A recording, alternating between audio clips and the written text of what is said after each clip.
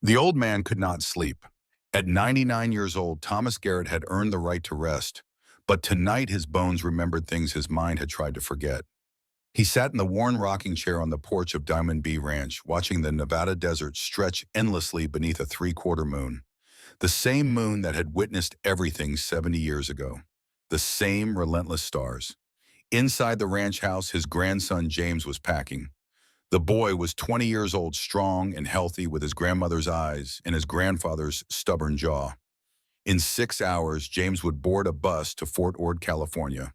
From there, the long journey to war. Europe was bleeding again. Young men were dying in places with names James could barely pronounce. The screen door creaked. James stepped onto the porch, still dressed despite the late hour. 2 o'clock in the morning, and neither of them could find peace. "Can't sleep either, boy." James shook his head, moved to the porch rail. His hands gripped the weathered wood knuckles white. Fear lived in those hands. Thomas recognized it. He had felt the same terror in 1861, standing in a recruiting office in Colorado, watching his father's face as he signed the papers that would send him to war. "Keep thinking about what's waiting over there," James said quietly. "Keep thinking I might not be good enough, might let everyone down." Thomas stood slowly, his joints protesting, but his mind sharp. He walked to the old oak cabinet beside the door and retrieved something he had kept for 7 decades. A compass. Brass tarnished with age, the glass face scratched but unbroken. He placed it in James's hands. "Before you go carry a rifle for your country, I need to tell you about the time I carried something heavier and how it saved my life." James turned the compass over. On the back, letters carved deep into the metal: TG. June 1876, 20 miles to home. "What does it mean, Grandpa?" Thomas lowered himself back into the rocking chair. The wood groaned beneath him, familiar as an old friend. He looked at his grandson, saw the boy's fear and uncertainty, and made a decision. Some stories needed to be told. Some lessons could only be taught through truth. Fear doesn't make you weak, James. Running from what's right does. Let me tell you about June 1876, when I learned the difference. The old man's eyes grew distant, looking past the present into memories that felt more real than the porch beneath his feet. His voice changed, grew stronger, younger. And as he spoke, the desert around them seemed to shift and shimmer, the modern world falling away like dust. "I was 29 years old. The war had been over for 11 years, but I still carried it with me every day. I was foreman at this very ranch, Diamond B, working myself to exhaustion because exhaustion was better than thinking, better than remembering." He paused, gathered the threads of memory. "Let me tell you about the day I carried death across the Nevada desert and found the only thing worth living for." The night around them seemed to hold its breath, and Thomas Garrett began his story. June 18th, 1876, Nevada desert, 42 miles east of Lovelock. The stagecoach rattled along the rough trail wheels, grinding over stones and packed earth. Inside, 6 passengers endured the heat and dust. Outside, the merciless sun hung in a cloudless sky, still brutal despite the late afternoon hour. 95 degrees, the kind of heat that baked the thoughts right out of a person's head. Rebecca Hayes sat by the window, grateful for whatever faint breeze managed to find its way through the leather curtain. 22 years old, educated in Boston's finest schools, traveling toward a new life in Virginia City. Everything she owned was packed into 2 trunks secured to the roof. Everything she had died with her parents last winter, buried beneath Massachusetts snow, while influenza ravaged the city. The West was supposed to mean new beginnings, adventure, purpose. Rebecca adjusted her blue traveling dress, already stained with dust, despite her best efforts. Across from her sat Mrs. Anderson, a minister's wife with kind eyes and a deep gash poorly bandaged on her forehead. The older woman had boarded in Sacramento with the wound already there, refusing to discuss how she had gotten it. Next to Mrs. Anderson, a grizzled prospector named Hendricks dozed fitfully, his head bobbing with each jolt of the coach. 2 young merchants occupied the remaining seats, quiet men who kept to themselves and their ledgers. Above them, the driver and shotgun guard maintained their vigil. Rebecca could hear them occasionally, low voices discussing the route, the condition of the horses, the wisdom of taking this particular shortcut. The coach lurched over a particularly rough section of trail.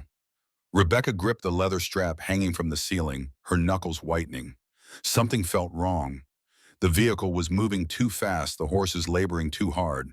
She opened her mouth to call up to the driver. The world exploded. The sound came first. A thunderous crack, like a cannon-shot wood splintering with the violence of catastrophe.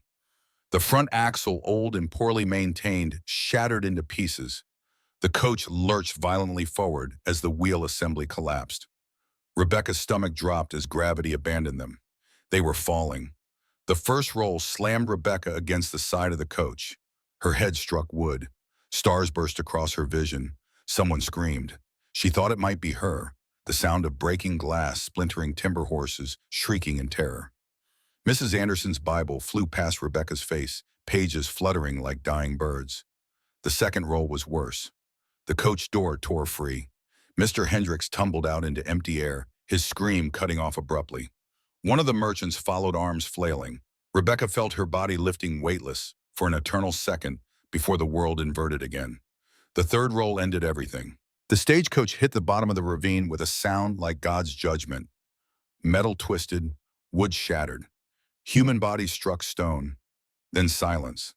Absolute, perfect, terrible silence. Rebecca opened her eyes to dust and copper. The taste of blood filled her mouth. Pain radiated from her left ankle in waves so intense she thought she might vomit.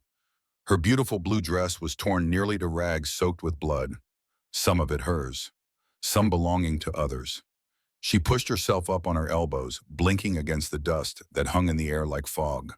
The wreckage of the stagecoach surrounded her, twisted beyond recognition. Pieces of luggage scattered across the ravine floor. A wheel spinning slowly, pointlessly in the still air. "Hello." Her voice came out as a rasp, barely audible. "Is anyone able to help?" Only the wind answered. Hot wind, desert wind, the wind of a place that did not care about human suffering.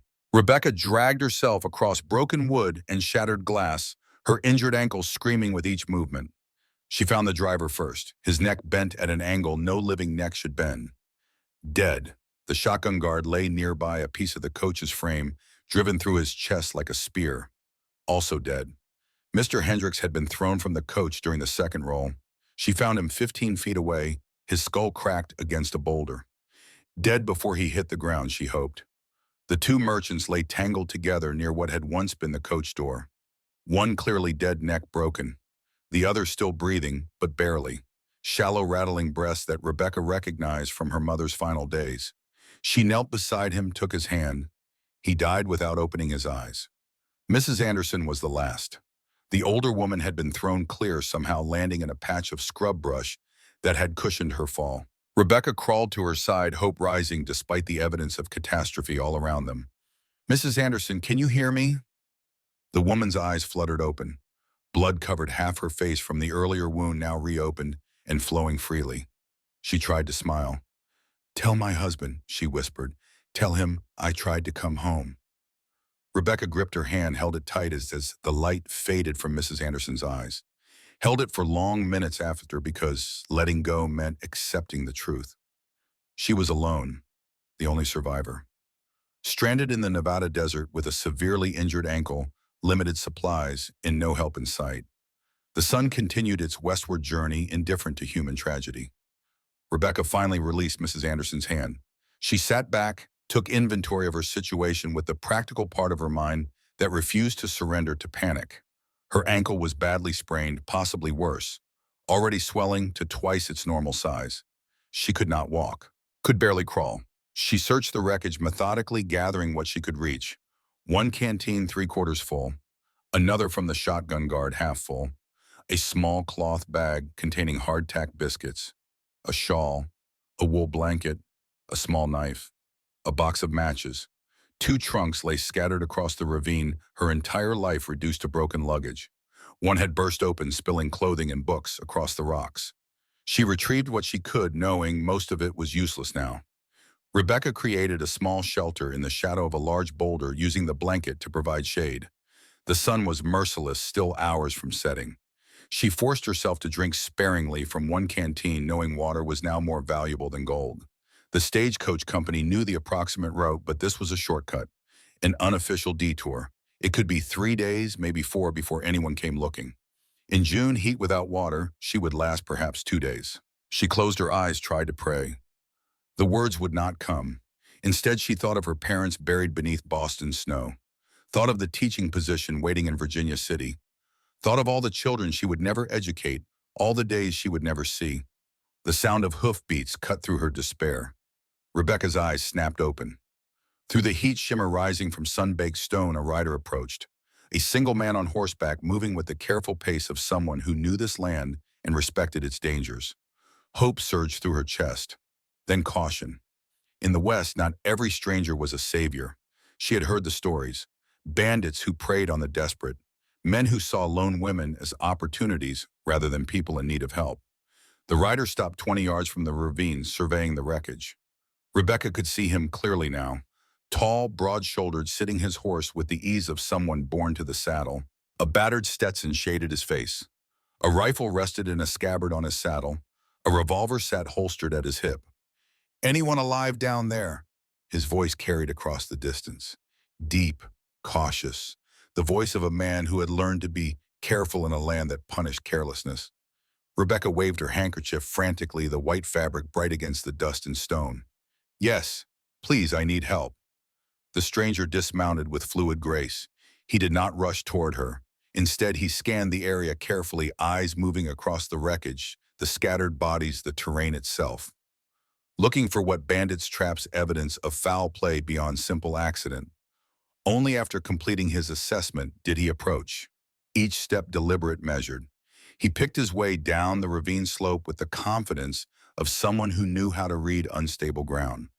Rebecca got her first clear look at him as he knelt beside her, late 20s, maybe 30 at most. Sun-bronzed skin that spoke of years under the harsh western sun, dark hair curling beneath his hat brim, a week's worth of stubble on a strong jaw, and eyes, green eyes startling against his tan face, eyes that had seen hard things but had not yet hardened completely. "Name's Thomas Garrett," he said, his gaze moving from her face to her ankle and back. "Ranch foreman for the Diamond B, about 20 miles northwest of here. What happened?" Rebecca Hayes.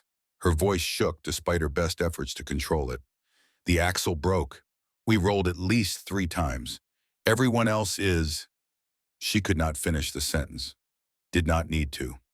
Thomas nodded understanding, passing across his weathered features. He looked at the bodies, then back at the wreckage, reading the story written in broken wood and spilled blood. "Let me check your injuries, ma'am." His hands were surprisingly gentle as they examined her ankle, long fingers calloused from ranch work but tender in their exploration of swollen tissue. He pressed specific points, watching her face for reactions, testing for breaks, for fractures, for damage beyond what the eye could see. "Not broken, I think. Bad sprain for certain. You won't be walking on that anytime soon." He glanced at the sun, measuring time by shadows and light. "Nearest town's Lovelock, but it's a good 20 miles from here. Stage depot there has a telegraph. We need to get you to a doctor." 20 miles, Rebecca's heart sank. The distance might as well have been 100. Thomas studied her for a long moment, his green eyes thoughtful. "My horse can't carry double in this terrain. Not with how steep it gets between here and there. The washes are too narrow for a horse to navigate safely with 2 riders." He looked at her intently, and Rebecca saw something shift in his expression. A decision being made. A burden being accepted. "I can carry you." Rebecca blinked, certain she had misheard. "Carry me 20 miles? That's impossible." A faint smile touched his lips there and gone like desert rain. "Not impossible, just difficult. I've done longer hauls with injured men during the war." He gestured toward the bodies scattered across the ravine. "But we should bury them first. It's not right to leave them for the coyotes." Rebecca tried to protest, to argue that saving her life was more important than funeral rites for those already gone. But Thomas would not hear it. He had already stood, already moving toward his horse to retrieve a folding shovel from his saddlebags. "Won't take more than a few hours," he said, more to himself than to her. "Sun's got another 3 hours before full dark. Plenty of time." Rebecca watched him work as the afternoon wore on. Watched him choose a burial site high enough to be safe from flash floods, marked by a twisted mesquite tree that would serve as a landmark. Watched him dig the first grave with steady, methodical movements that wasted no energy on unnecessary flourishes. He removed his shirt as the work progressed, stripping down to his union suit. Rebecca found herself studying the play of muscles across his back, the way sweat carved rivulets through the dust coating his skin. This was not the soft body of an Eastern gentleman. This was a working man's body hardened by labor and sun and the unforgiving demands of frontier life. 3 feet deep each grave, deep enough that scavengers could not disturb them. Thomas dug for 30 minutes, rested for 5, then continued. 6 bodies, 3 hours of work under a sun that showed no mercy. Rebecca contributed what she could. Unable to dig, she prepared the bodies instead.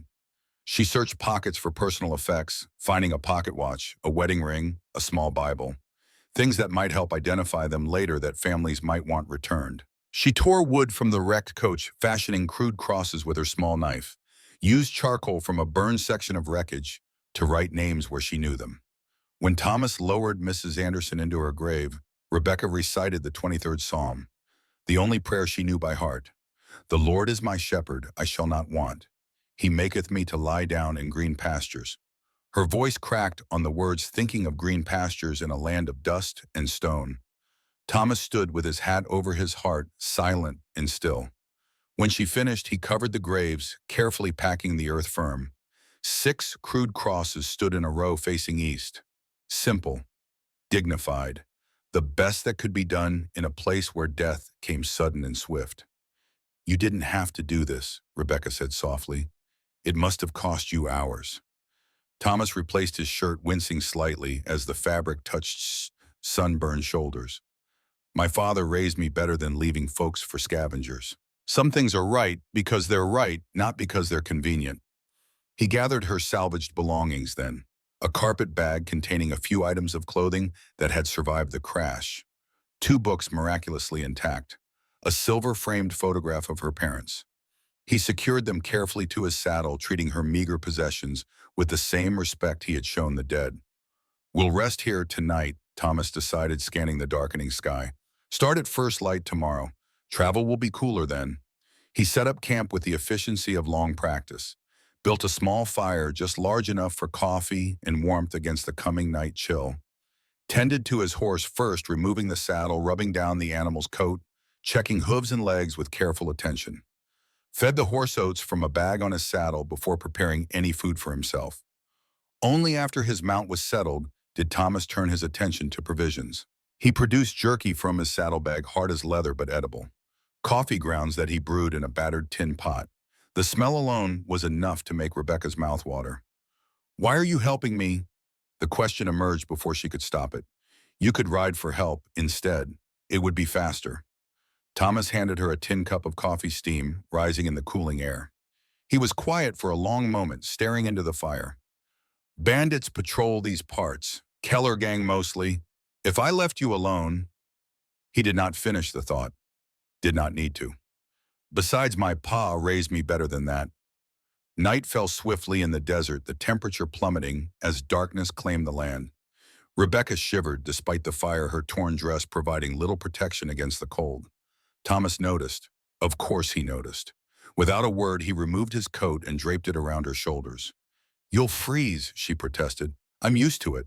You're not. The coat smelled of horse and sweat and something indefinably masculine.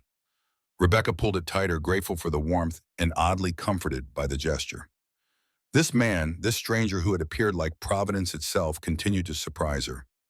She tried to sleep curled up as close to the fire as safety allowed, but nightmares waited in the darkness.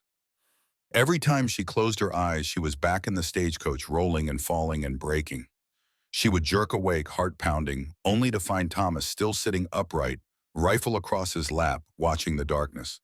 The 3rd time she woke, she found him standing, perfectly still, hand resting on his revolver, staring into the shadows beyond the firelight. She held her breath, straining to hear what he heard. Nothing. Only wind and the soft sounds of his horse shifting in the darkness. After a long minute, Thomas relaxed and returned to his seat, but Rebecca noticed he did not holster his weapon. Whatever he had heard or thought he heard had put him on edge. You should rest, she whispered. You'll need your strength for tomorrow. I'll rest when you're safe, he replied quietly, not before. Rebecca must have dozed eventually because she woke to Thomas gently shaking her shoulder. The sky was lightening in the east, the first hint of dawn, painting the horizon in shades of orange and gold. "Time to move," he said. "We need to cover as much ground as possible before the heat sets in." He had already broken camp, scattering the fire and packing his gear. His horse stood ready, saddled and waiting. Thomas knelt beside her, explaining how this would work. "Best way is on my back, arms around my neck, legs wrapped around my waist. You hold tight, I'll handle the rest." Rebecca felt heat rise to her cheeks that had nothing to do with the coming sun. The intimacy of it, the physical closeness required, was far beyond anything propriety allowed. But propriety was a luxury for people not stranded in the desert with a ruined ankle. "I'm too heavy," she protested as he helped her climb onto his back. Thomas stood, adjusting her weight with a slight shift of his shoulders.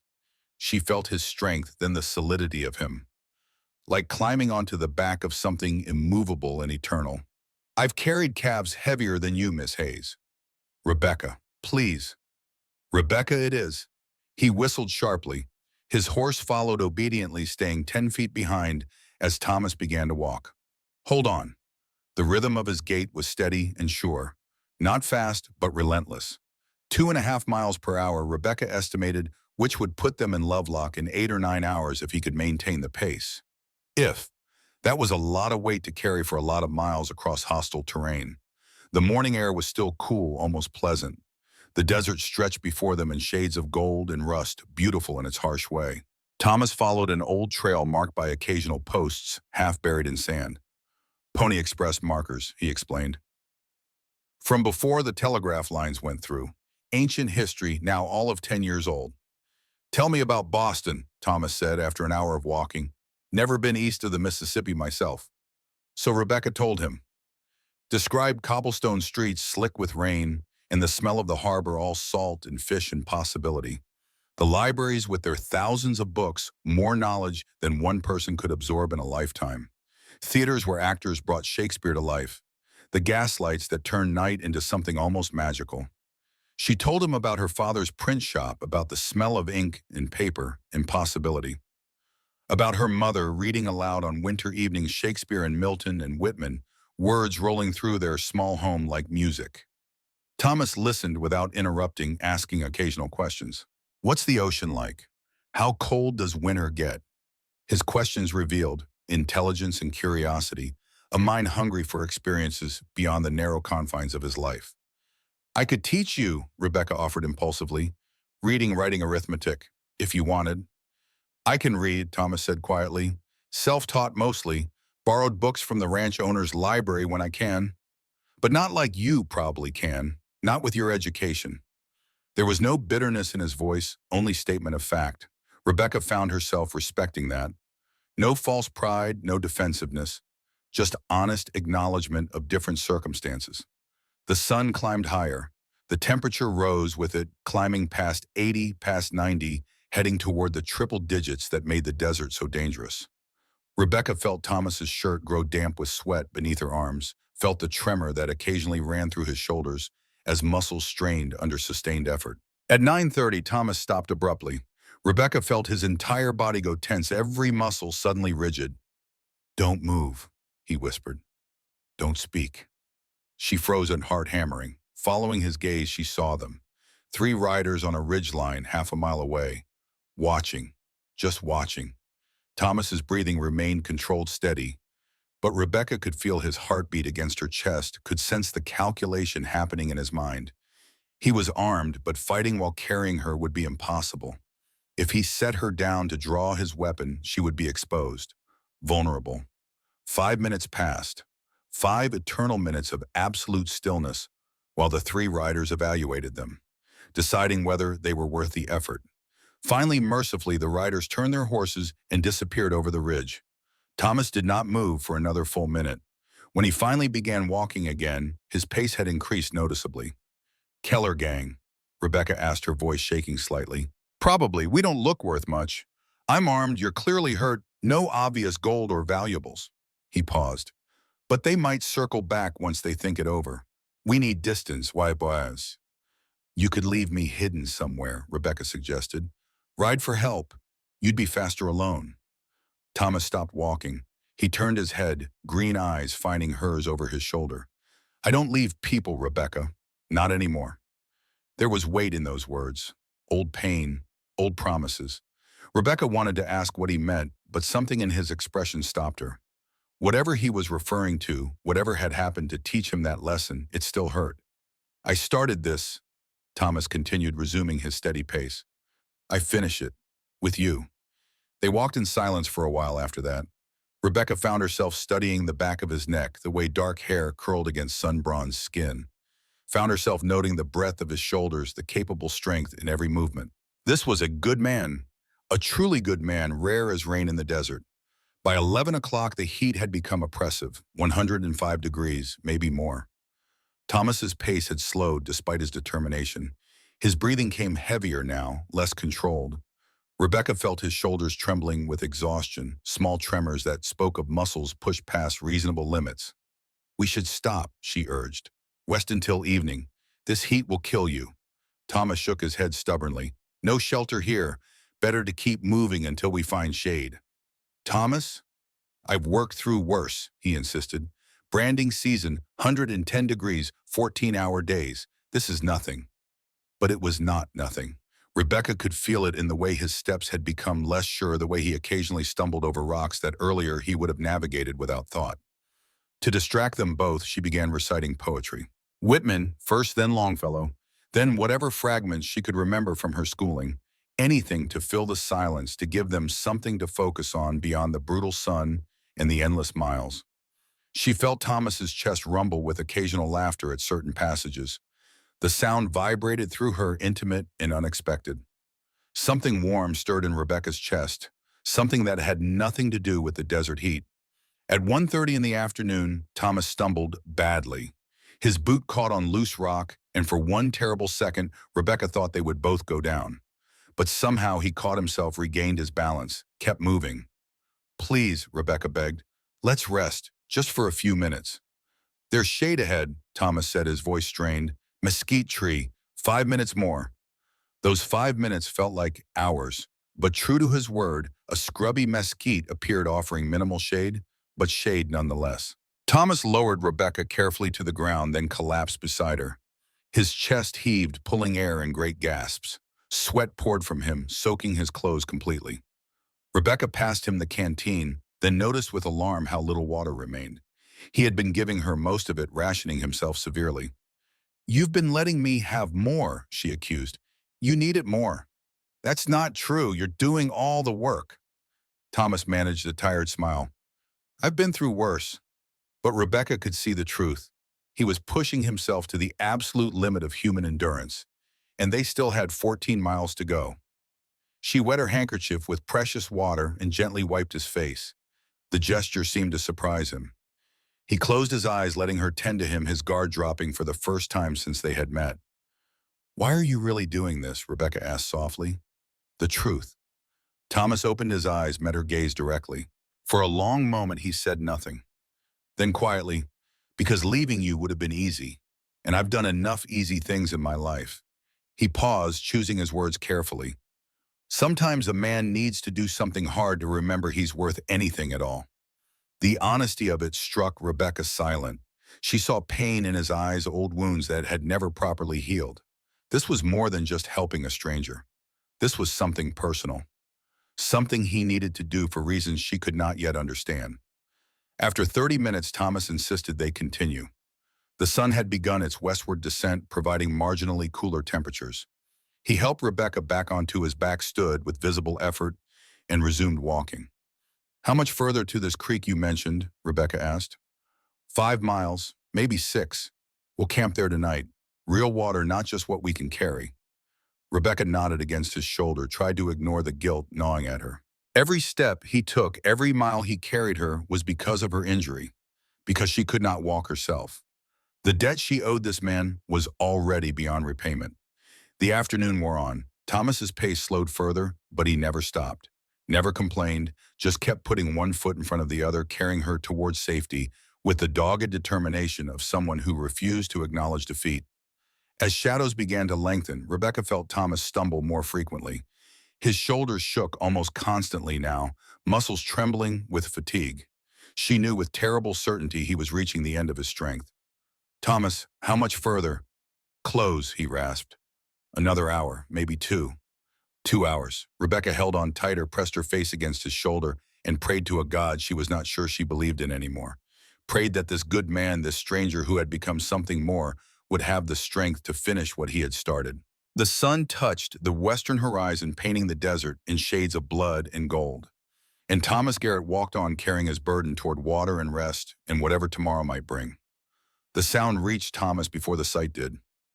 A low moan, half-conscious, the kind of sound a wounded animal makes when it knows death is coming, but lacks the strength to fight it.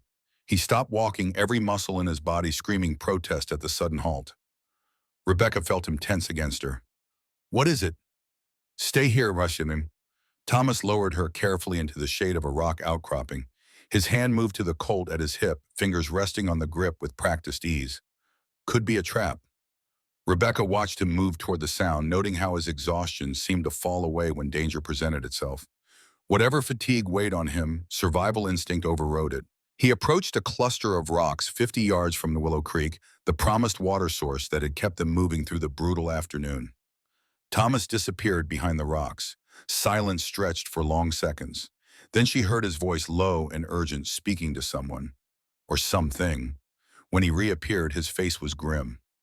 "Cavalry soldier, Apache arrow in his shoulder. Been here at least a day, maybe longer." Rebecca's heart sank. Another complication. Another burden. She saw the calculation happening behind Thomas's eyes, the impossible math of limited resources and competing needs. How bad? Bad. Without treatment, he'll be dead by morning. Thomas crouched beside her, removing his hat and running a hand through sweat-dampened hair. "Rebecca, I need to be straight with you. Helping him means using what's left of our water, means delaying our journey by hours. And there might still be Apache in the area. We can't leave him." Thomas studied her face, searching for doubt or hesitation. Finding none, he nodded slowly. "All right, but we do this fast." The soldier was young, 19, maybe 20 at most. Private Daniel Cooper, according to the identification papers in his coat pocket. The arrow had entered his left shoulder from behind the barbed head, buried deep in muscle. Red streaks radiated from the wound infection, spreading through his system with deadly efficiency. His horse lay dead 20 yards away, multiple arrows in its flank. Thomas knelt beside the unconscious soldier, examining the wound with careful hands. His jaw tightened.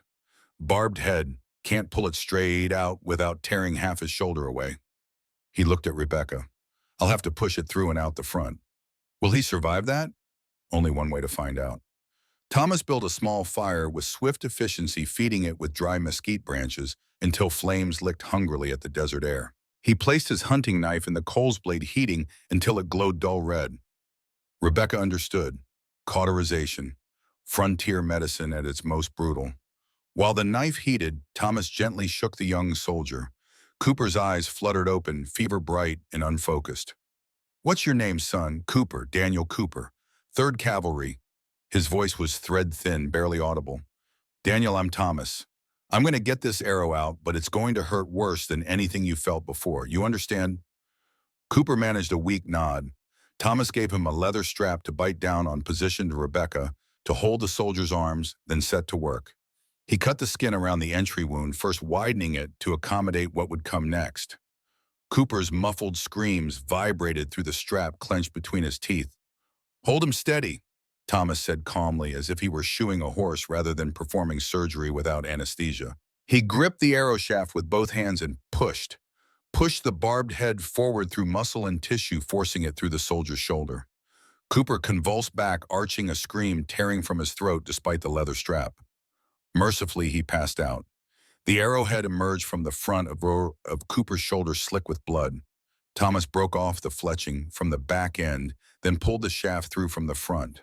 Blood welled from both wounds, front and back. Moving with controlled urgency, Thomas poured whiskey from his flask into both wounds, flushing them clean. Cooper's body jerked at the alcohol's burn, even in unconsciousness. Then came the heated knife. The smell of burning flesh made Rebecca's stomach heave, but she forced herself to watch. Thomas cauterized both wounds with steady hands, sealing the torn blood vessels. When he finished, he sat back on his heels, breathing hard. "That's all I can do. Rest is up to him and God." And they used the last of their water to get fluids into Cooper. Most of it. Thomas poured water past the soldier's lips, while Rebecca supported his head, coaxing his unconscious body to swallow. Two-thirds of their remaining supply disappeared down Cooper's throat. "We're out of water now," Rebecca said quietly. "I know." Thomas surveyed the situation. "He can't walk, can't ride my horse. Copper won't take an unfamiliar rider, not in this terrain." Rebecca watched him pace problem-solving. This was what separated men like Thomas from others. He did not give up when circumstances turned difficult. He adapted. Thomas cut two long branches from a willow tree beside the creek, used Cooper's saddle blanket stretched between them to create a crude travois. It took him 20 minutes to fashion the contraption and secure it to Copper's harness. The horse would drag the wounded soldier while Thomas continued to carry Rebecca. "This will slow us down," Thomas said, testing the travois' stability. "Trail needs to be wider. We'll be more exposed." "You could still leave me," Rebecca offered, though the words hurt to speak. "Take the soldier to town. Come back for me." Thomas looked at her green eyes steady. "I told you before, I don't leave people." Something in his voice suggested this was about more than simple stubbornness. This was a principle forged and fire-tested and proven. Whatever had happened in Thomas's past, it had taught him the cost of abandonment. They resumed the journey as twilight painted the desert in shades of purple and gold. Thomas carried Rebecca. Copper dragged Cooper. The pace had dropped to barely 2 miles per hour. 14 miles still to Lovelock. 7 hours if they could maintain even this crawling speed. Rebecca felt dizzy. At first she attributed it to hunger, to exhaustion, to the emotional toll of the day's events. But as darkness fell completely, the dizziness intensified. Her head throbbed. Her vision blurred at the edges. She said nothing. Thomas had enough burdens without adding her complaints to the load. By 8 o'clock she could no longer hide it. Her grip around Thomas's neck weakened. Her head lolled against his shoulder, too heavy to hold upright. Thomas noticed immediately. He stopped, lowered her to the ground with urgent care. His hand pressed against her forehead and came away shaking. "You're burning up." He examined her ankle by the light of a hastily built fire. What he saw made him curse softly. Red streaks radiated up her leg from the injury, sight angry lines of infection spreading through her bloodstream. Blood poisoning. The kind of infection that killed slowly and agonizingly unless treated. "Why didn't you say something? You had enough to worry about." Rebecca's voice sounded distant even to her own ears. "How bad is it?" "Bad enough that getting you to Lovelock won't matter if you're dead when we arrive." Thomas made camp with fierce efficiency.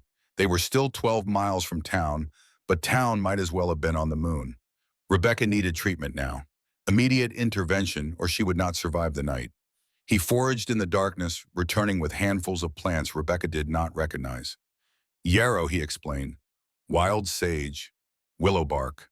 The same plants frontier medicine had relied on for generations." Thomas crushed the yarrow into a paste, spreading it thick over her infected ankle. The willow bark he boiled into a bitter tea, forcing Rebecca to drink despite her protests. It tasted like death itself, but she swallowed obediently. "This should bring the fever down," he said, more hope than certainty in his voice. Through the night, Rebecca drifted in and out of consciousness.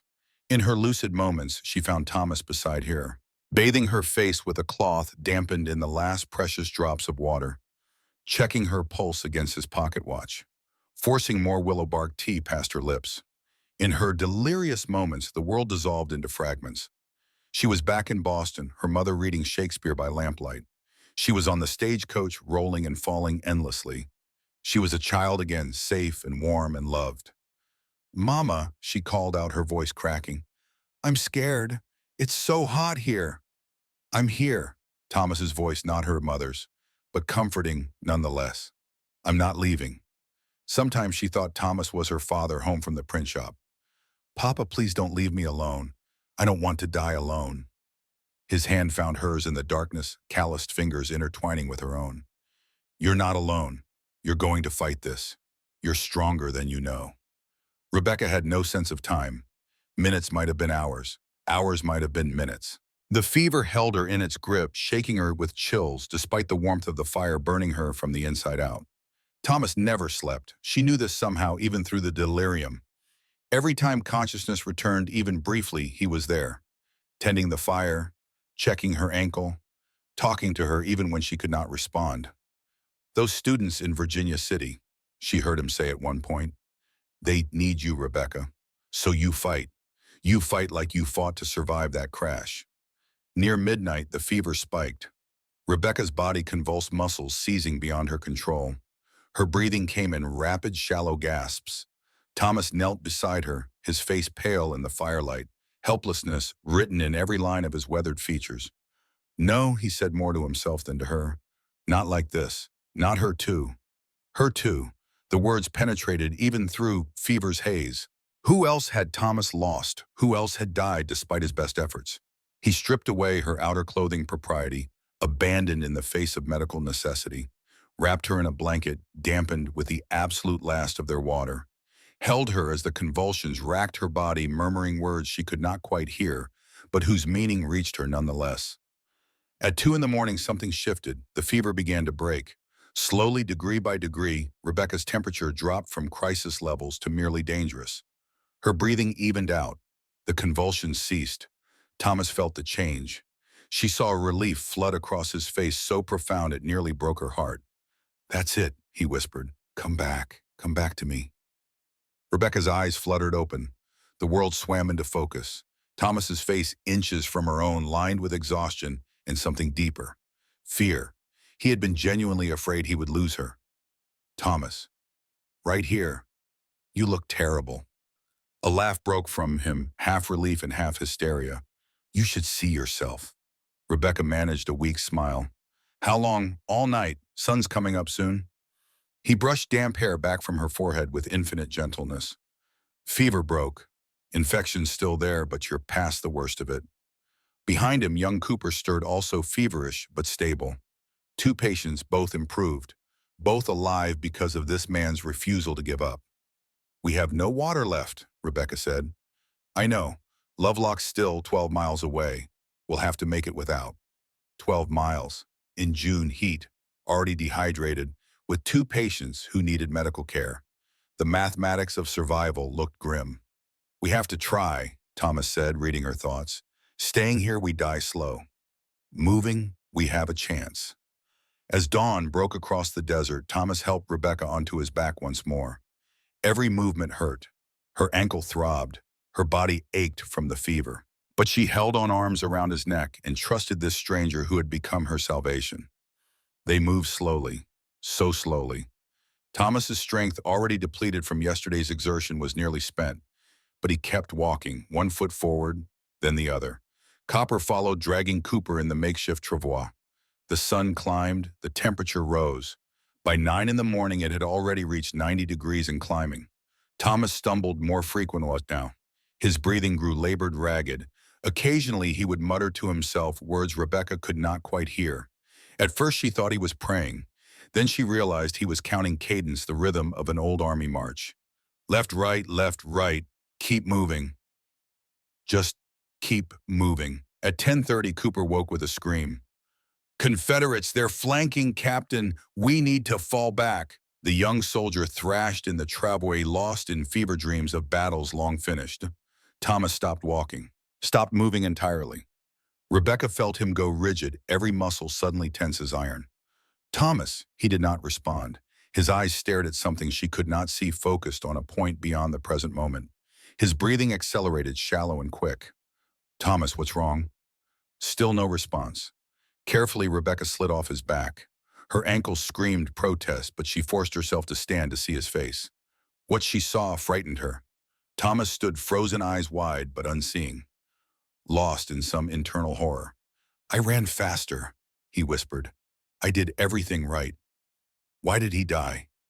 Rebecca reached for his hand, ice cold despite the desert heat. Thomas, you're in Nevada. It's 1876. We're going to Lovelock. I can't carry him again. Thomas's voice broke. I wasn't fast enough last time. Memories crashed over him like waves pulling him under.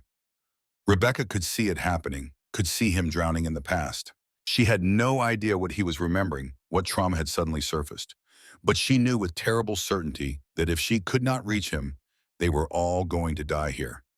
Behind her, Cooper continued to thrash and scream. The sound seemed to be dragging Thomas deeper into whatever hell he was reliving. Then Cooper said something that changed everything. Sergeant Carrot, I need you. Hey.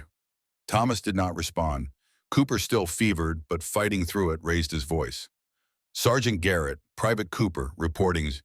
That military formality, that echo of a chain of command penetrated where nothing else had. Thomas blinked, focused, saw Cooper struggling to sit up in the trottoir. My name is Daniel Cooper, sir. The young soldier's voice shook but held firm. My brother was James Cooper, 5th Virginia Infantry. Thomas stared at him, something shifting behind his eyes. Recognition, understanding, pain. He wrote me about you, Daniel continued, before he died. Said you carried him further than any man could. Said you were the bravest soldier he knew. Said you did everything possible. I didn't do enough. Thomas's voice was raw. I was 5 yards short. 5 yards. He didn't blame you, sir. He was grateful you tried. Grateful he didn't die alone. Rebecca watched understanding slowly dawn on Thomas's face. Watched the guilt that had clearly haunted him for years begin to crack just slightly, enough to let light through. She moved to his side, took his hand. Thomas, you saved me. You saved Daniel. You're still saving people. He looked down at her, really seeing her for the first time since the episode began. Rebecca, I'm here, we're here, and we need you now. The words reached him. She watched him pull himself together through sheer force of will, watched him push the demons back down into whatever dark place he had kept them locked for over a decade. His breathing slowed, his eyes cleared. I'm sorry. He shook his head as if clearing water from his ears. The war. Sometimes it comes back. I know, Daniel said from the trottoir. Happens to all of us who were there. Thomas helped Rebecca back onto his back. His hands trembled slightly, but he was present now. Whole. He picked up the rope attached to the trottoir and began walking again.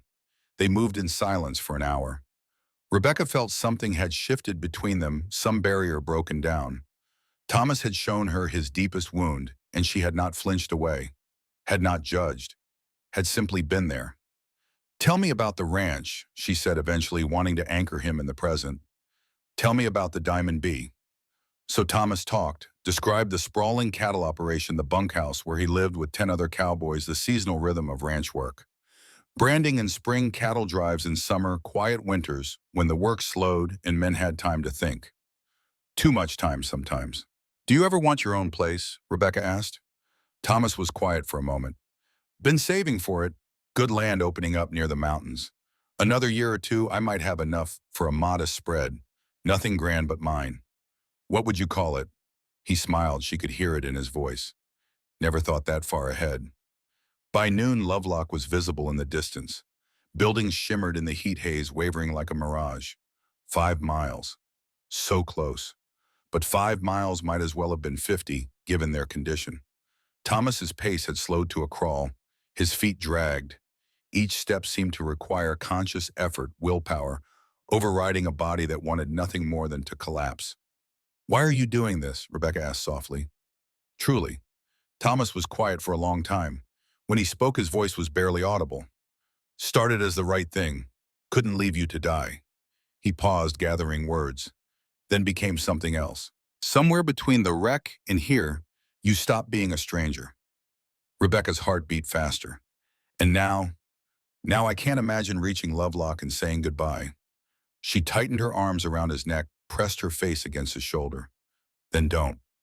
Thomas stopped walking, set her down gently. They stood on a hillside overlooking the town, close enough to see individual buildings now.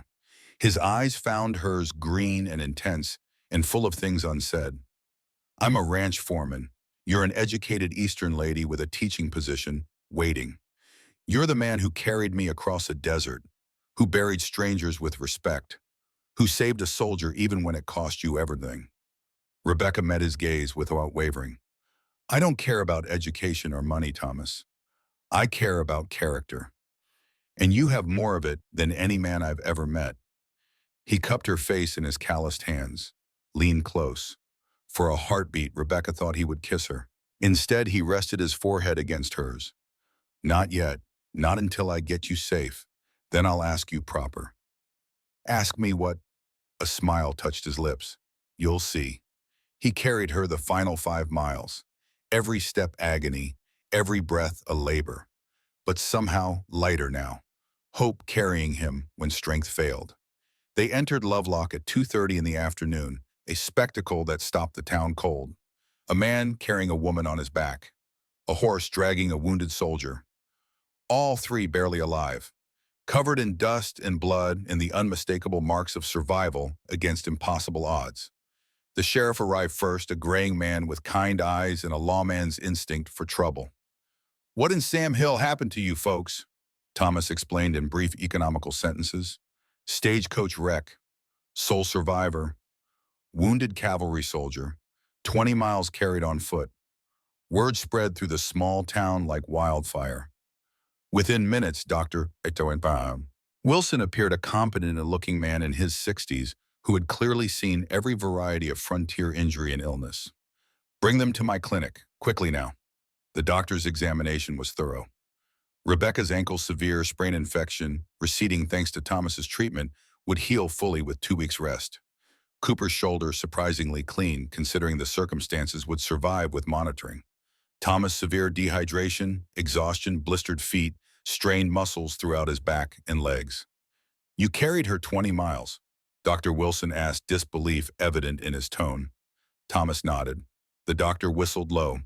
"Son, I've been practicing medicine for 30 years. That's the most remarkable thing I've ever heard." Rebecca was installed in a room at the Lovelock Hotel. Clean sheets, soft bed, more luxury than she had imagined possible just hours earlier. The Stagecoach Company representative arrived within an hour, full of apologies and assurances. Compensation for her lost belongings. New passage to Virginia City arranged. She could leave in 2 weeks when she had healed. Thomas visited that evening. He had bathed, changed into borrowed clothes. Without the layer of trail dust, he was even more handsome than Rebecca had realized. Strong features, kind eyes, a quiet dignity that needed no announcement.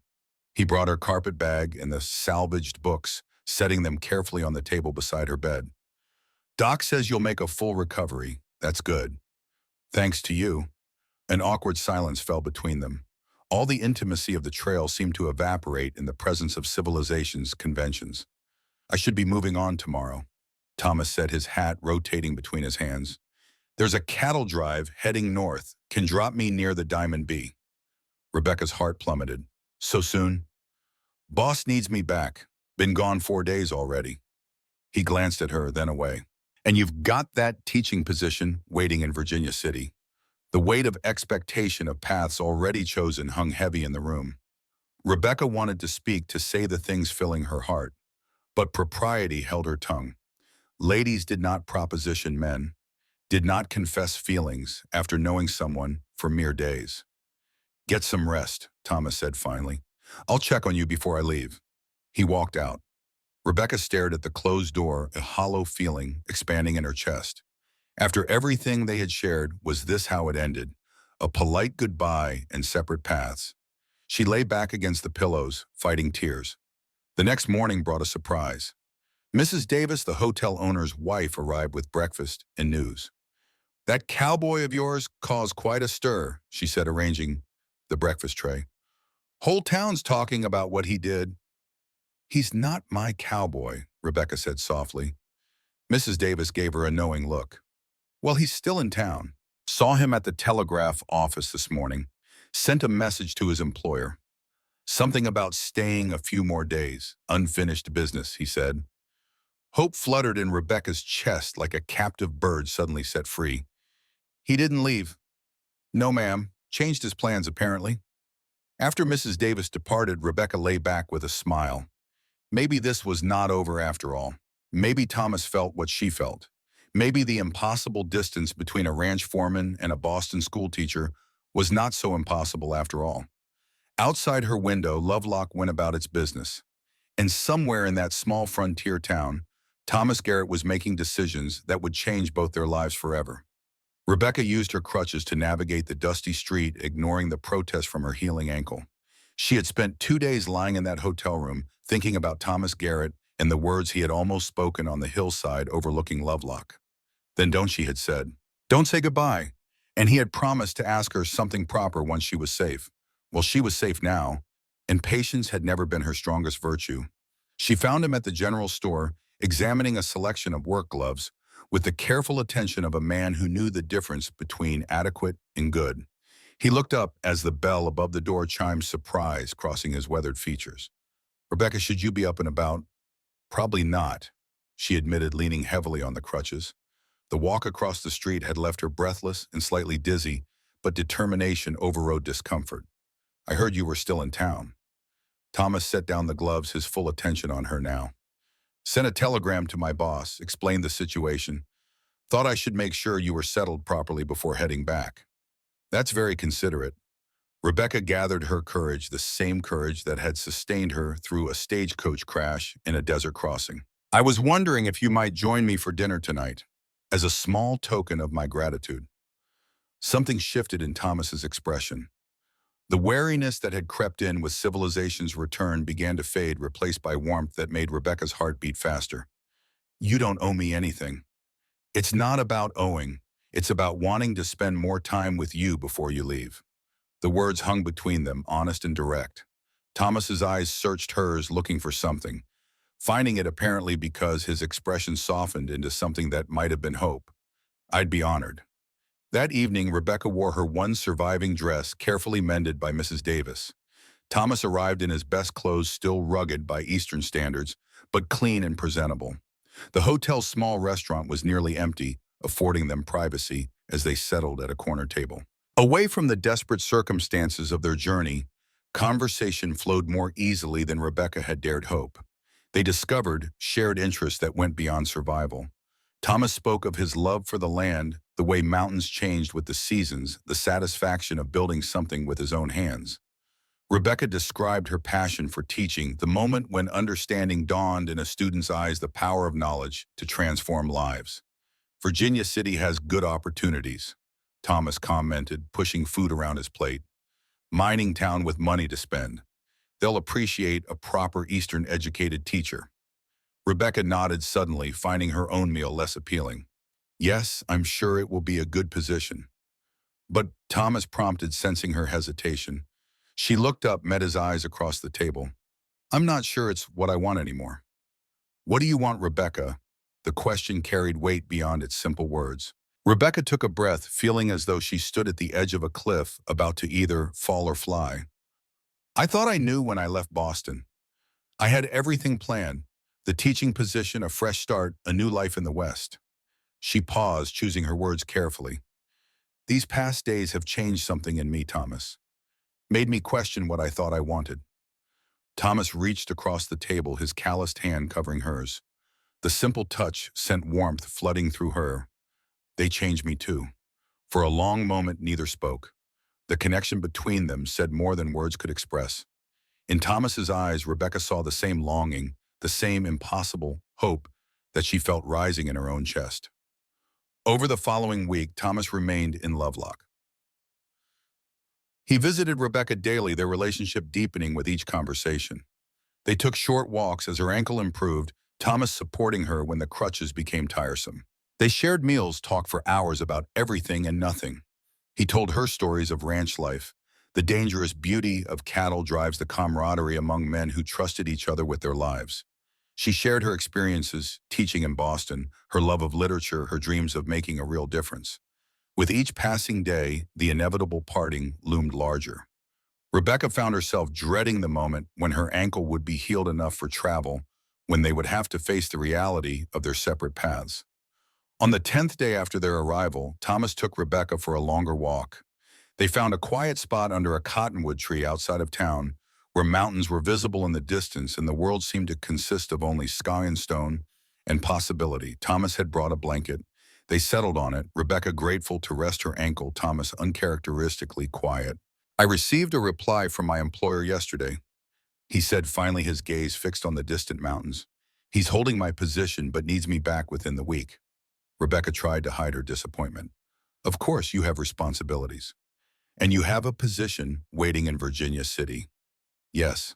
Silence fell between them, heavy with things unsaid. Thomas seemed to be gathering courage, his hands restless, his usual confidence replaced by something that looked almost like fear. "Rebecca, I know we haven't known each other long." He turned to face her, his expression more vulnerable than she had ever seen it. And I'm not a man of wealth or education. Thomas, she interrupted, but he shook his head. Let me finish, please. I need to say this. Rebecca nodded, holding her breath. When I found you by that wrecked stagecoach, I was just doing what any decent man would do. But somewhere between there and here, something changed. He took her hand in his grip warm and steady. I've never met anyone like you. Your courage, your kindness, the way you see the world. I can't bear the thought of saying goodbye. Tears welled in Rebecca's eyes as hope bloomed in her chest.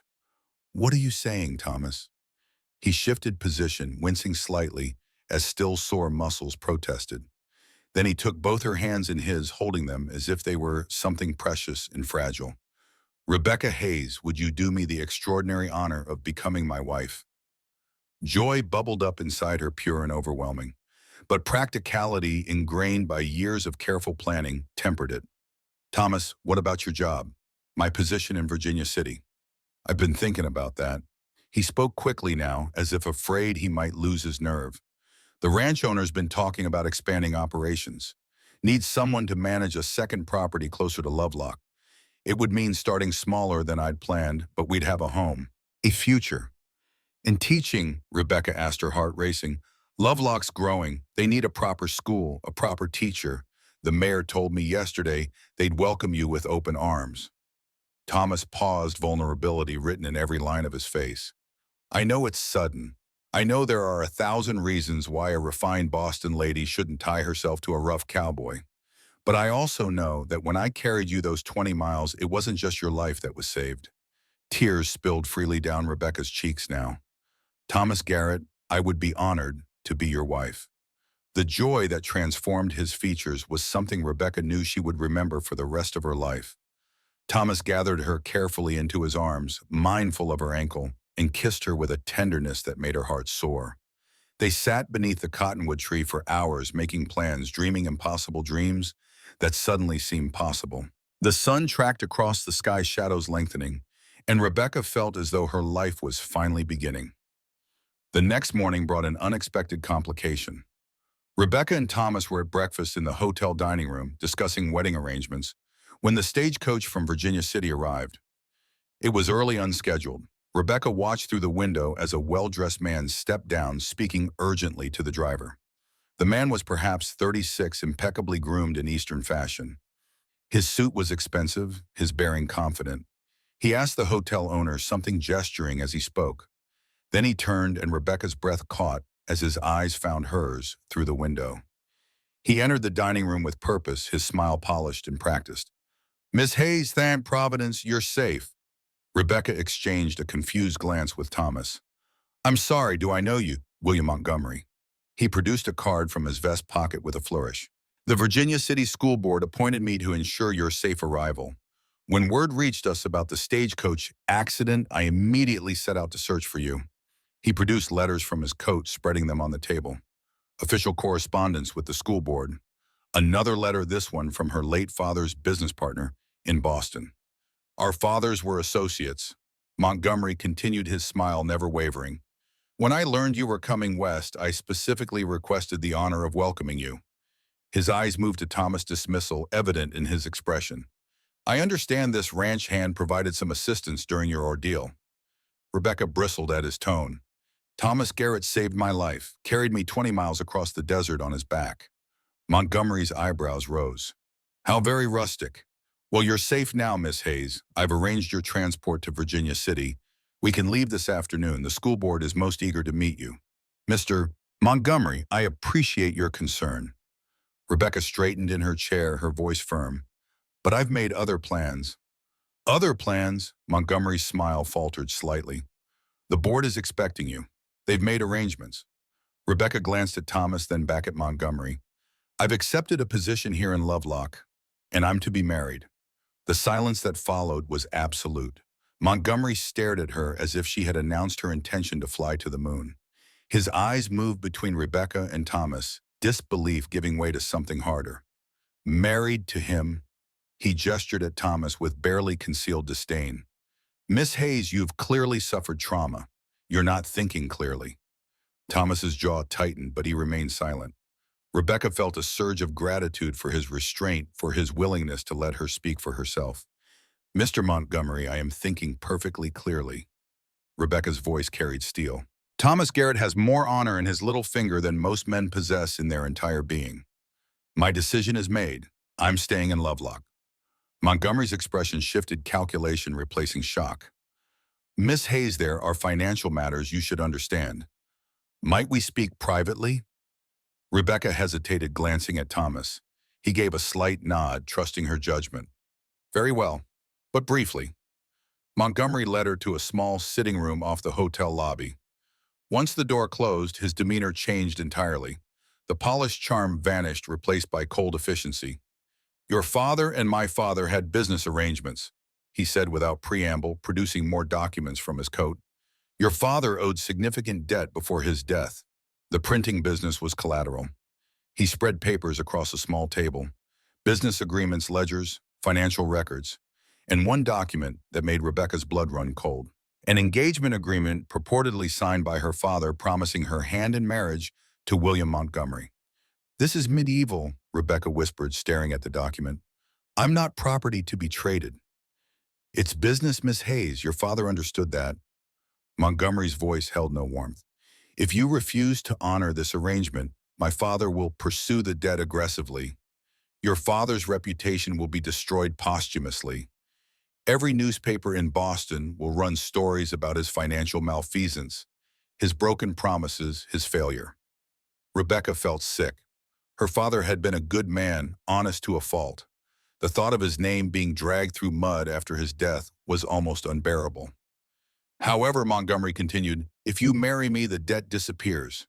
Your father's name stays clean. You'll have a comfortable life in Virginia City, far better than scraping by in this dusty nowhere town with an uneducated laborer. Rebecca picked up the engagement agreement, examining it more closely. Something felt wrong. The paper, the ink, the way it sat among the other documents. She had worked in her father's print shop for years, knew paper quality and age. When was this agreement written, Mr. Montgomery? A flicker of something crossed his face. Panic quickly masked. I told you before your father's death. This paper is new. Rebecca held it up to the light. This ink is fresh. The edges aren't yellowed like these other documents. You forged this. Montgomery's mask dropped completely. Does it matter? Your father's business has value. Assets I could utilize properly. Marriage to you gives me legal claim. The truth hit Rebecca like a physical blow. This had never been about her, about honoring any agreement. This was about stealing what her father had built. You never cared about me or my father, she said quietly. This is about the printing business. A business I could actually run, Montgomery said coldly, unlike some cowboy playing at ranching. Come now, Miss Hayes, be reasonable. What future do you have with a man like that? He'll work himself to death by 50, leave you a poor widow with children to feed. I'm offering you security, respectability. Rebecca walked to the door, opened it wide. Get out, Mr. Montgomery. You're making a mistake. The mistake was entertaining this conversation. Now leave before I have the sheriff escort you out. Montgomery's face flushed with anger, but he gathered his forged documents and strode past her into the lobby. Rebecca expected him to leave quietly. Instead, he turned toward the dining room where Thomas waited. Miss Hayes is being manipulated. Montgomery's voice carried through the hotel. This cowboy has taken advantage of her vulnerable state. Thomas stood, his movements controlled, but his eyes dangerous. Mr. Montgomery, I think you should go. Stay out of this, ranch hand. This is between me and my fiancé. Rebecca entered the dining room, her anger overriding any concern for propriety. I am not your fiancé. I have never been your fiancé. A small crowd had gathered now. Hotel guests, townspeople drawn by the raised voices. Montgomery addressed them, his voice rising. This woman is promised to me. Her father arranged it before his death. Rebecca held up the forged document. This agreement was written weeks ago, after my father died. Mr. Montgomery attempted to forge an engagement to gain control of my father's business assets. Gasps from the crowd. Sheriff Mason pushed through his hand, resting on his gun belt. That's a serious accusation, ma'am. Rebecca handed him the document. The sheriff examined it carefully, comparing it to the other papers Montgomery had produced. His eyes narrowed. Different paper. Fresh ink. This don't match the others. He looked at Montgomery. You got an explanation for this? Montgomery blustered, tried to argue, but the evidence was clear. The sheriff made his position plain. Leave town immediately or face charges of attempted fraud. Montgomery's final card was spite. You'll regret this, Miss Hayes. That hovel in Lovelock will never compare to what I could have given you. You're throwing away security for a fantasy that will crumble within a year. Rebecca stepped beside Thomas, took his hand. You're absolutely right, Mr. Montgomery. It will be quite far better. Because it will be built on love and honesty, two things you clearly know nothing about. The crowd murmured approval. Montgomery, faced with complete defeat, turned and stormed out. They watched through the window as he boarded the stage back to Virginia City, humiliated and empty-handed. Thomas turned to Rebecca, concern in his eyes. You didn't have to do that. If there was real debt, we could have found a way. There was no debt, only greed. Rebecca squeezed his hand. And even if there were, I wouldn't trade you for all the gold in California. Thomas pulled her close, unmindful of the watching townspeople. You're sure about me, about this life? Rebecca looked up at him, at this good man who had carried her across a desert and into a future she had never imagined. I've never been more certain of anything. 2 weeks later, they were married in Lovelock's small white church. The entire town attended, captivated by the romance of their story. The school teacher and the cowboy people called it. How he had carried her 20 miles across the desert, how love had bloomed in the most unlikely of circumstances. Rebecca wore a simple white dress made by the town's seamstress, Mrs. Chen. Thomas looked handsome in a new suit, the first he had ever owned, though he tugged at the collar as if it might strangle him. Daniel Cooper recovered enough to travel. Sat in the front row, his presence a reminder of the journey that had brought them all to this moment. Reverend Matthews presided, his voice warm and gentle as he guided them through the traditional vows. When Thomas said, I, Thomas Garrett, take you Rebecca Hayes, his voice was steady and sure, no hesitation, no doubt. And when Rebecca responded, I, Thomas Garrett, take you Thomas Garrett, her eyes shone with tears of joy. The kiss that sealed their marriage was tender but full of promise. The crowd erupted in cheers. The reception lasted long into the evening. Music, dancing, limited by Rebecca's still healing ankle food, contributed by every household in town. Toasts were offered. Sheriff Mason raised his glass and proclaimed Thomas the bravest man he had met, and Rebecca the woman smart enough to catch him. Dr. Wilson toasted modern medicine and old-fashioned determination. Daniel Cooper, standing with effort, toasted the man who had saved his life and the woman who had saved his soul. As evening turned to night, Thomas and Rebecca slipped away to the small cabin he had rented on the outskirts of town, their temporary home until the ranch arrangements were finalized. Standing in the doorway, Thomas swept Rebecca into his arms. No 20-mile journey this time, he said with a smile. Rebecca wrapped her arms around his neck. I would walk 1,000 miles to be with you.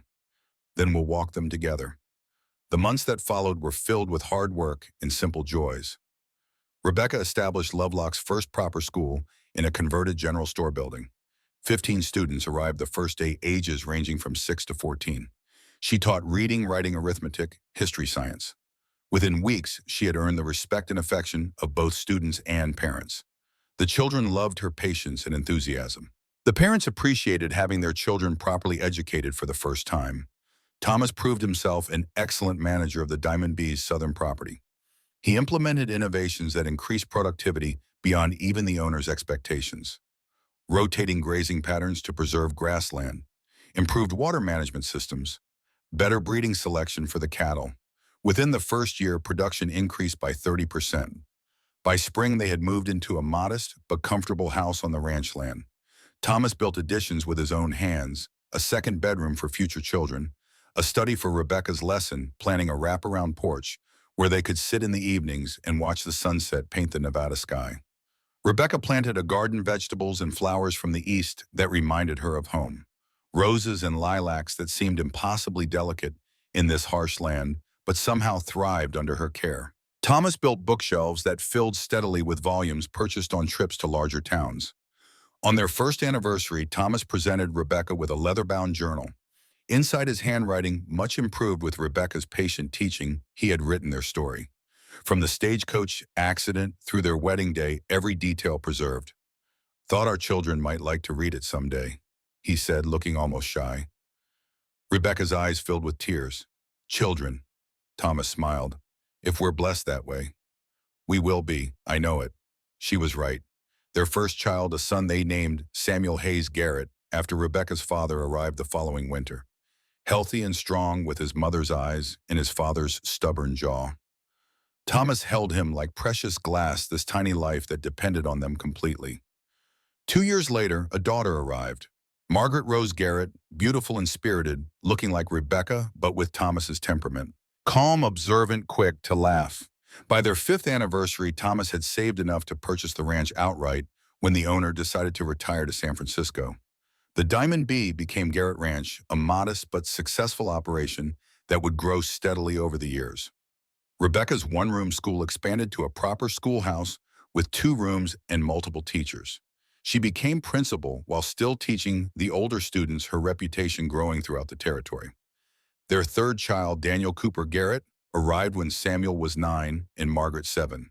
They named him for the young soldier whose rescue had revealed Thomas's deepest wounds and begun their healing. The real Daniel Cooper visited regularly from his posting at Fort Bridger, becoming honorary uncle to all 3 Garrett children. He never forgot that he owed his life to Thomas and Rebecca, that their compassion had saved him in more ways than one. The years passed in the rhythm of ranch and school of children growing and love deepening. The story of the school teacher and the cowboy became legend in Lovelock. Parents told their children about the man who had carried a woman 20 miles across the desert, about love that bloomed in impossible circumstances. On their 20th anniversary, with their children nearly grown, Thomas and Rebecca decided to retrace the route of their original journey. They rode fine horses now, not traveling on foot as they had 2 decades earlier. The trail was well established, dotted with homesteads and small settlements where once there had been only wilderness.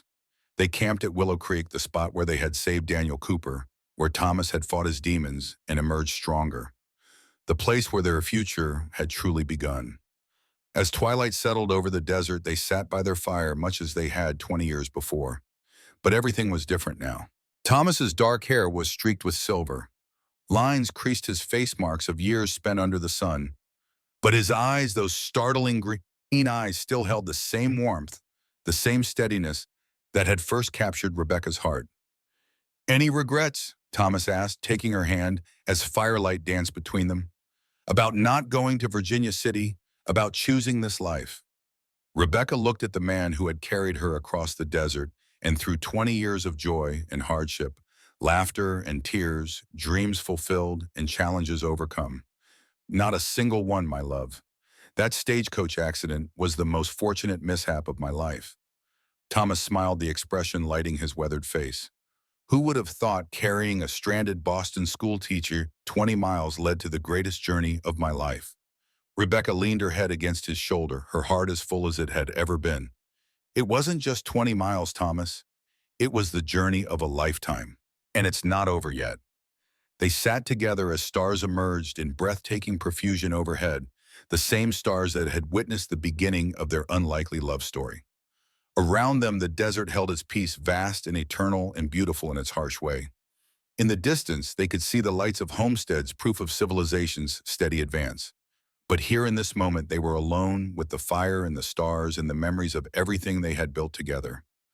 3 children, a successful ranch, a respected school, a love that had not only endured but grown stronger with each passing year. Not bad for a journey that had started with catastrophe and survival. Rebecca closed her eyes, content in a way she had never imagined possible in those desperate hours after the crash. Thomas's arm around her shoulders, the warmth of the fire, the whisper of wind through sagebrush. This was home. Not Boston with its cobblestones and culture. Not even the ranch house they had built together. Home was wherever this man was, wherever they were together. "Thank you," she whispered. "For what? For not leaving me in that ravine. For carrying me when I couldn't walk. For choosing me when you could have chosen easier." Thomas kissed the top of her head. "Choosing you was the easiest decision I ever made. Everything else was just the work of making it real." They sat in comfortable silence as the fire burned low, neither wanting to break the spell of this perfect moment. Tomorrow they would ride back to the ranch, back to their responsibilities and their children and the life they had built. But tonight belonged to memory and gratitude and the miracle of two people finding each other against all odds. Eventually, Thomas banked the fire and they settled into their bedrolls. Rebecca curled against her husband's side, listening to his steady heartbeat, the same heartbeat that had sustained him through 20 miles of desert carrying her to safety. "I love you," she said into the darkness. "I love you too. Always have. Always will." Rebecca drifted to sleep with a smile, knowing that some journeys never truly end. They simply transform into something deeper, richer, more precious with time. The old man's voice grew quiet. James sat motionless on the porch, the compass still held tight in his hand. Dawn was breaking over the Nevada desert, painting the sky in shades of gold and rose. "Grandma Rebecca passed 2 years ago," Thomas said softly. "Cancer. But she lived every single day without regret. 76 years old, surrounded by children and grandchildren and great-grandchildren. She held my hand at the end, smiled and said, 'See you down the trail, cowboy.'" James swallowed hard, fighting back tears. "Grandpa, I don't know if I can be that brave. What if I'm not strong enough?" Thomas stood slowly, his joints protesting, but his mind sharp. He placed a weathered hand on his grandson's shoulder. "Let me tell you what 20 miles across that desert taught me, boy. 3 truths that carried me through war and loss and 70 years of life." He held up one finger. "First, burdens shared are burdens halved. In that war you're heading to, you'll carry wounded men. Carry them. Don't leave them behind. The weight might break you, but abandoning them will destroy you. I know. I tried both." A second finger. "Second, the hardest path often leads to the greatest treasure.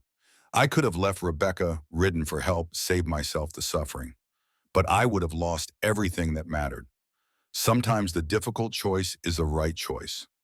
A third finger. "Third and most important, a man is measured not by what he carries easily, but by what he carries when he has every reason to quit."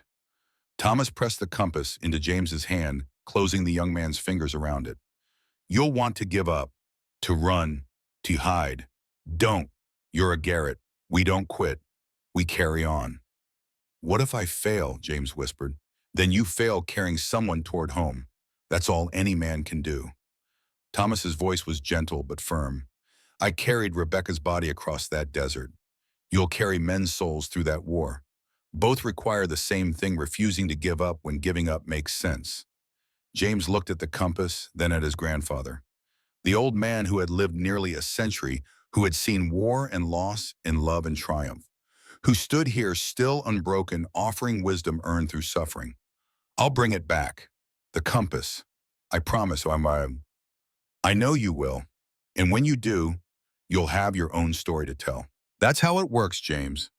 Each generation carries for the next. The sun broke over the horizon, flooding the desert with light. James stood his military duffel already packed and waiting by the door. His ride to Fort Ord would arrive in 2 hours. Thomas walked him to the truck when the time came. They stood together in the morning light, 3 generations of garrison men connected by blood and something deeper. Connected by the understanding that true strength was not about muscle or courage in battle.